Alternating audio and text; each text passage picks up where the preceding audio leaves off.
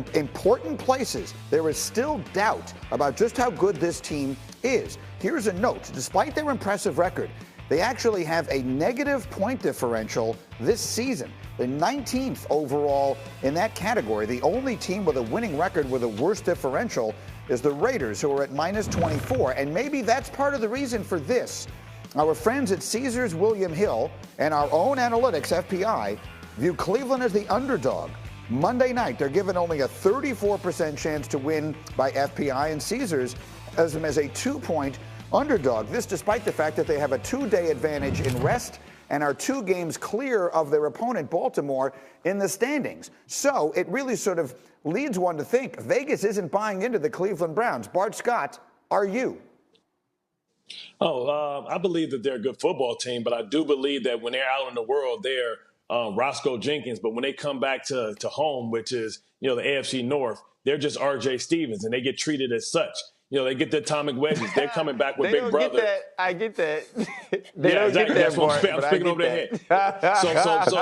So when you look at it, they get beat up by Big Brother all day, because you look at when they played the Ravens, when they played the Steelers, they got shellacked, right? You look at when they played the Ravens, it was the week 1, but it was 38-6. Then we thought that the Browns had arrived and they were ready to go. Then they got beat up by the Pittsburgh Steelers. So what happens is if the Browns are going to get some respect, they're going to have to beat their big brother at something eventually. And they're going to have 2 opportunities, because they also have another game with the Steelers. Can Baker Mayfield put a performance up like he put up the other day? I think not, because if there's one weakness for this Baltimore Ravens, it's the fact that they gave up 4.4 yards against the Cowboys last week. And also, when you think about the first game, both Kareem and Nick Chubb had over 4 yards to carry against them. So it's impressive. They have to make sure that they let Baker Mayfield hand the ball off and not fall for this fool's gold that we saw last week with him throwing the ball for over 300 yards. So, RC, I feel like I want to ask you the same question. Vegas is not buying the Browns. They're going to need to prove it to people this weekend. Are you buying them? I mean, the one thing I learned from Sam Rothstein is that, the casino going to win. Vegas going to win. So it kind of makes me scared. But when you look at what the Cleveland Browns have become, they're a different team. And obviously, if you go back to this team early on in the season when they had Odell Beckham Jr., when Kevin Stefanski was kind of enamored with that talent, and so was Baker Mayfield, this team didn't necessarily have the identity that it had now. This team didn't have to go through games without Nick Chubb to realize how valuable he was. And last week, they had an opportunity to go against the Tennessee Titans, and it was big on big, like the Migos said. How you go big on big, and they won. Nick Chubb was the better runner. The Cleveland Browns were more physical up front. Baker Mayfield was better protected, and Kevin Stefanski dialed up the better plays on the outside to get him clean throws.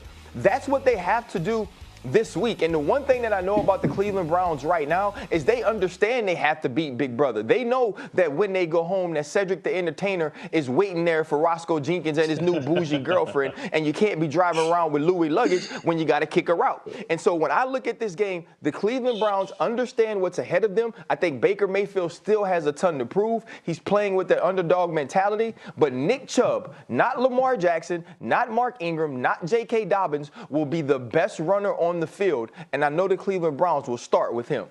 All right, so Ninkovich, I'm coming to you. Who wins this game? Are the Browns ready to punch Big Brother in the face, or does Baltimore sort of maybe establish themselves as the team we thought they were and leave Cleveland behind?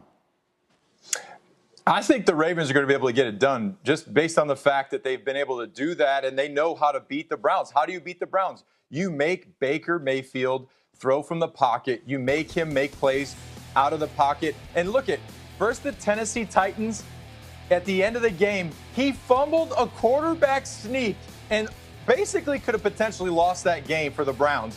And, afterwards, it's like when you trip your brother or sister and everyone saw you do it, and then you turn around and you're like, I didn't trip him. What are you talking about?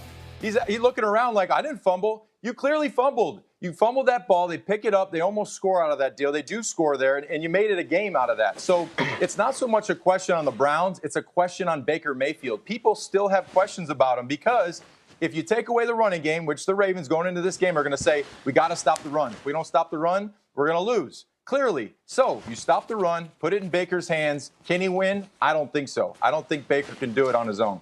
We're going to find out super quick, Bart. Again, as my former Raven, I just have a moment for this. How about their side of it? What's at stake for the Ravens in this game? Well, I think, when you look at this game, I don't think this is the end-all, be-all. But I think what they want to do is be able to win in front of Cleveland. When you look at it, the Ravens still have, the weaker schedule after they play the Browns. I think I have both of these teams, if the Cleveland Browns lose, at 11-5, which means one of these teams are going to be in danger of not making the playoffs at 7-5. With the extra slot, you think that they'll be the lower seed. But, Cleveland still has to play Pittsburgh. Baltimore has homecoming games after Cleveland after this. It's going to be a very interesting weekend. Guys, sit tight because we have a ton more NFL conversation, the end of something in so many ways, Mike. So I want to just throw some names at you and you tell me what we should reasonably expect about their futures in New England. And let's start with the obvious one. Let's start with Cam Newton. Well, Greeny, everyone has loved having Cam Newton that I've spoken with in the Patriots organization, but eventually they're going to have to ask themselves the question if they can live with the limitations that they've had in the passing game this year, and also if they've put Cam in the best position to succeed with the weapons they've put around him. And Greeny, I'd also add this. Cam has a stake in this as well. He's spoken a couple times this season about how, he's away from his kids and he wakes up angry because of that. It's unknown if he would even want to stick around if the Patriots decided they wanted to keep working with him.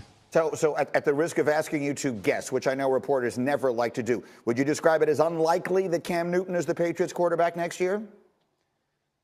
I think that's fair, Greeny, and I come back to this. Bill Belichick has said over the years the two things he asks for in his quarterbacks more than anything: accuracy and decision-making, and those have been uneven, as we saw last night from Cam over the course of the year. All right, so then the obvious next one I come to is Jarrett Stidham. How should we be looking at his future in New England?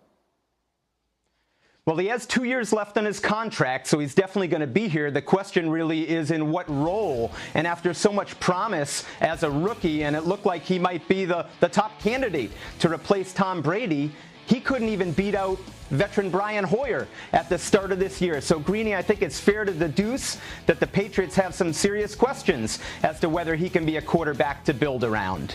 Okay, and then that brings us to the offensive coordinator, Josh McDaniels, who's been a head coach before. Clearly, we would expect there to be interest in him around the league this offseason. How should we assess his future in Foxborough? Well, Greeny, he's on the record as saying he would love another chance to be a head coach if that opportunity presents itself. And one thing we've seen over past off seasons, he's been very selective in how he goes through that process.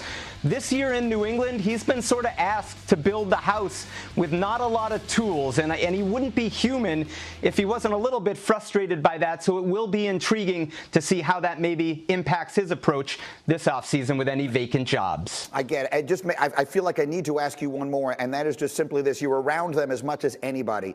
Is there any indication whatsoever that Belichick is thinking about moving on, retiring, or moving somewhere else, or going up to the front office, literally anything?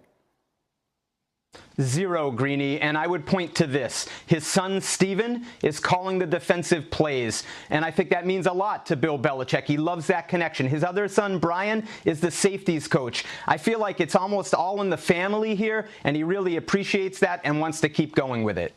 All right, outstanding, Mike. Thank you. That's a great question, Mike. I'm glad you asked that. Thank you very much, as always, for getting up with us here. We appreciate it. Let me go back to my crew here. And Ninko, he just basically said exactly what you said. So give me the same assessment of, well, actually, let's go as broad as we can.